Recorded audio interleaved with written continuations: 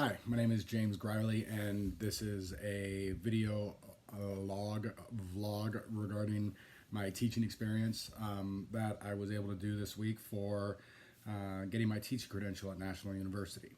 There's a few questions that I want to use to guide me through this vlog. So the first one is, what did I do well?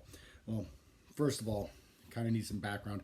I taught a class on nutrition for everybody, but I had a class full of athletes, specifically football players in this case, as it's an advanced training class specifically designed for football players. We were really able to strike home an area of interest with the kids there. They all take it very seriously. The football culture at the school is the culture at the school is football. It's a nationally ranked top 25 in the nation football school. So these players, they take it seriously. They train year round. They lift weights. They stretch. They do all the extra work. The one area that a lot of them don't have help in is the nutritional aspect. And so this lesson was very interesting to them, and one of the things that I really liked is after the lesson was over, I continued to receive text messages and phone calls from not just players but from their parents clarifying some stuff, or complaining to me about the increased Costco bill that they're going to have because of what they needed to be eating compared to what they were eating. So one of the things that I did well is I really felt like I was able to comfortably speak to the students in my class. I have 20 years of marketing experience.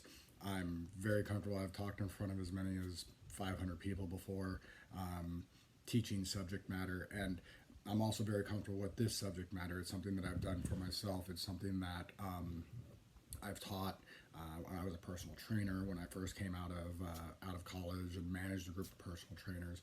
So nutrition is something that, not that it's something I've always done, but it's something that, a good nutrition, it's something that I've always known, and it's something I always know how to teach. And lately I've been on more of a kick with it myself. So it's something that I was passionate about and really enjoyed teaching the kids, and they in turn were passionate about learning about it.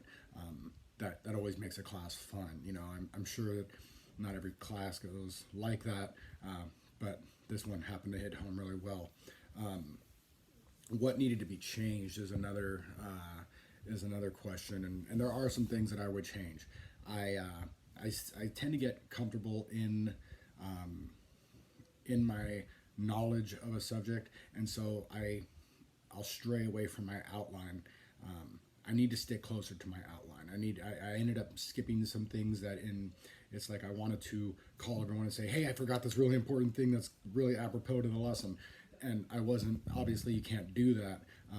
You can't go back. I mean, if you're teaching a full-time class, the next day you can say, hey, I forgot to mention this. This is important. Let's make sure that we're doing, X, Y, Z, or whatever it is that you missed.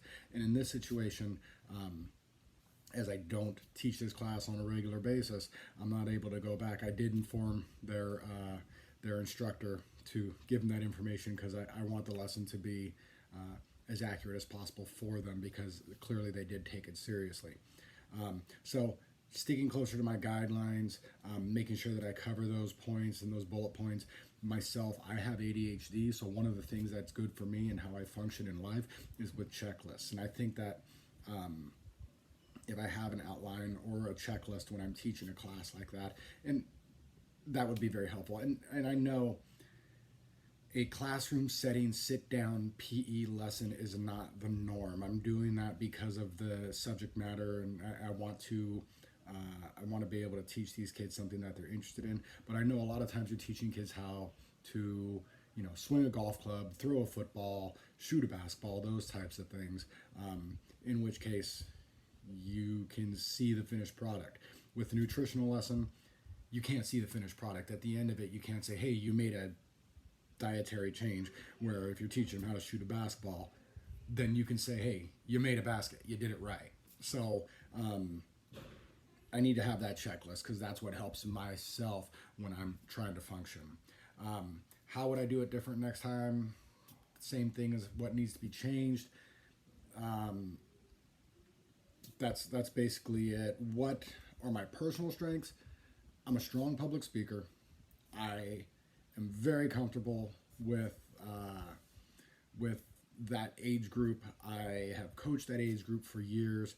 Um, they are receptive. Um, you know, I think the question of personal strengths, I don't want to sit here and say, oh, I'm great at this and I'm great at that, but I do have knowledge of my subject matter. I am passionate about fitness, and nutrition is a huge part of that fitness. So I'm passionate about physical education in general. I think it's a overlooked throwaway class in a lot of instances, and it needs to not be. Um, when PE was first introduced into the school system, it was introduced for a hugely important reason. That was military preparedness. Um, it was so when our kids turned 18 and had to go to war because there was World War One, World War Two, all that, that they would be ready, and we weren't sending a bunch of out of shape, scared, weak kids or weak adults into war. That they knew how to do a jumping jack and climb a rope and do a push up and all those things.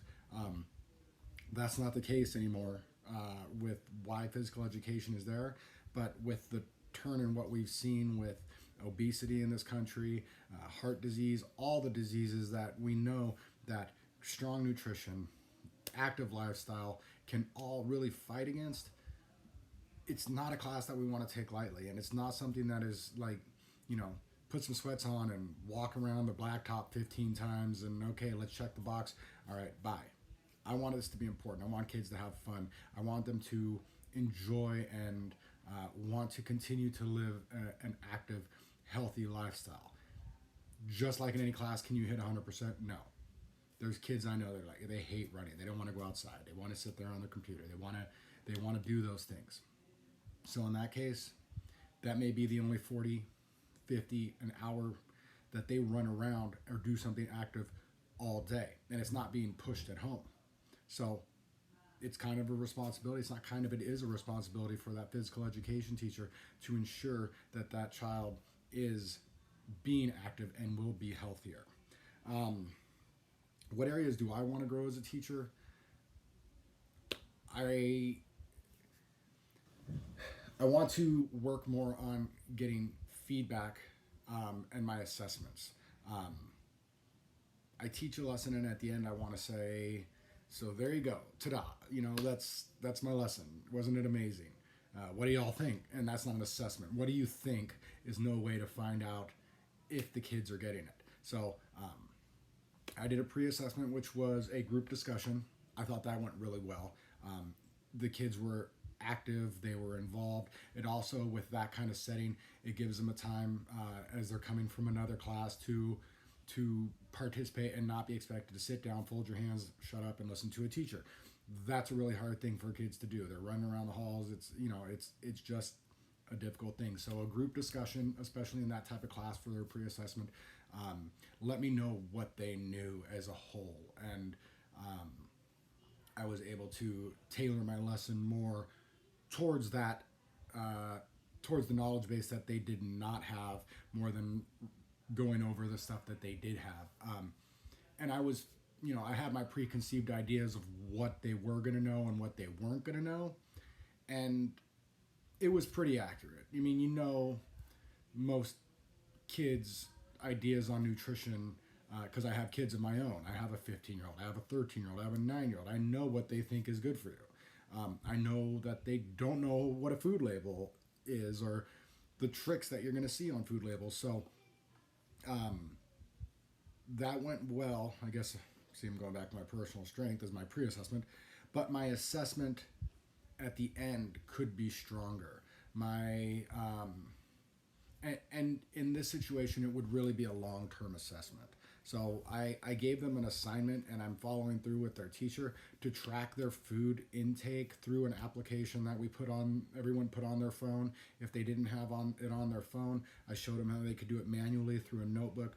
I had one kid who didn't have a phone because he got in some trouble, so his phone was off limits from his parents for the next couple of weeks.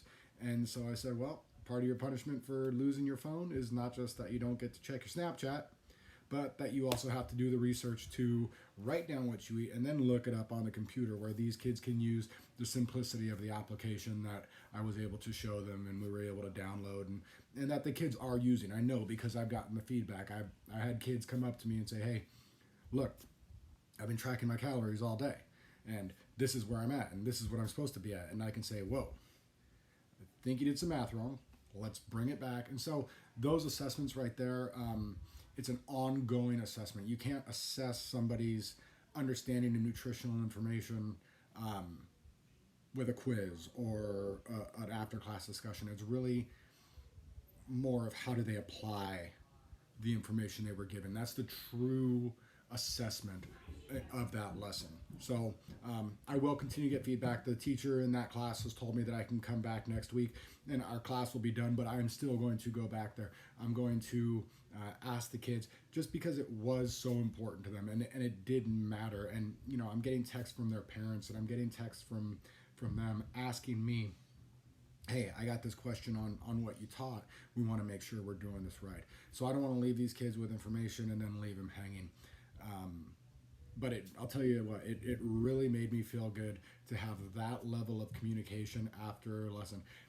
As a high school kid, I can't recall reaching out to one of my teachers afterwards to ensure that I had a better understanding of a physical education lesson.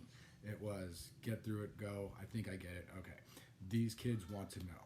These parents want to know. They want to help their kids. So it tells me that it was a valuable lesson. All in all, I'm very happy with it. I'm really looking forward to starting my student teaching next week. I'm going to be at a junior high in Rancho Cordova, and the teacher that I'm going to be student teaching for has a fantastic reputation. He is also a coach of different sport, but it's just something I'm really looking forward to, and I have a real excitement. It's going to be a great 4 months student teaching. So thanks so much for listening, and I hope you guys have a great day.